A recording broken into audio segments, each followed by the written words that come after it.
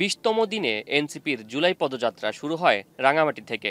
চট্টগ্রাম থেকে রাঙামাটিতে পৌঁছালে জাতীয় নাগরিক পার্টির কেন্দ্রীয় নেতাদের স্বাগত জানান পাহাড়ের বাসিন্দারা। গোপালগঞ্জ, কক্সবাজার ও বাঁশখালীতে এনসিপি কর্মীদের উপর হামলার ঘটনায় মোড়ে মোড়ে বাড়ানো হয় আইনশৃঙ্খলা বাহিনীর তৎপরতা। সারা মাস ধরেই আপনারা দেখতে পাচ্ছেন কত পরিশ্রম করতেছে। গতকালকে ওনারা অনেক জার্নি করে এখানেই আসছে।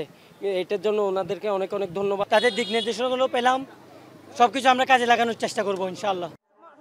রাঙামাটিতে পদযাত্রা করে বনরূপায় সংক্ষিপ্ত সমাবেশ করে দলটি। সেখানে জাতীয় নাগরিক পার্টির আহ্বায়ক নাহিদ ইসলাম বলেন, পাহাড়ে দীর্ঘদিন ধরে বৈষম্য জিয়ে রাখা হয়েছে।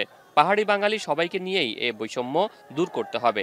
এ সময় সংগঠনটির উত্তরাঞ্চলের মুখ্য সংগঠক সার্জিস আলম বলেন, রাজনীতিতে কথার যুদ্ধ থাকবেই, কিন্তু হামলা, মঞ্চ ভাঙচুর, অগ্নিসংযোগ এসব কিছুই ফ্যাসিবাদী আচরণ। পাহাড়কে কেউ যেন ব্যক্তিস্বার্থে ব্যবহার করে স্বাভাবিক জীবনযাত্রাকে ব্যাহত করতে না পারে, সে ব্যাপারে সতর্ক থাকার আহ্বানও জানান সার্জিস।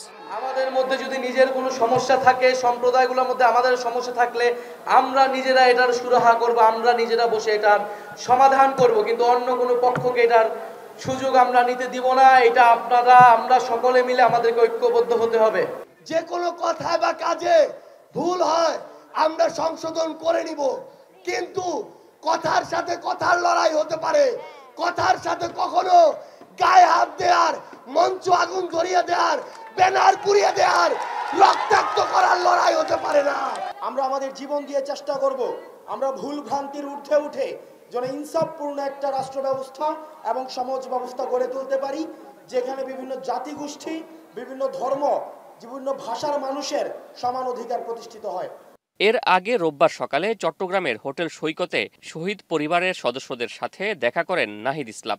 এ সময় তিনি বলেন, প্রশাসনের বিভিন্ন জায়গায় স্বৈরাচারের দোসর থাকায় শহীদ পরিবাররা যথাযথ সম্মান পায়নি।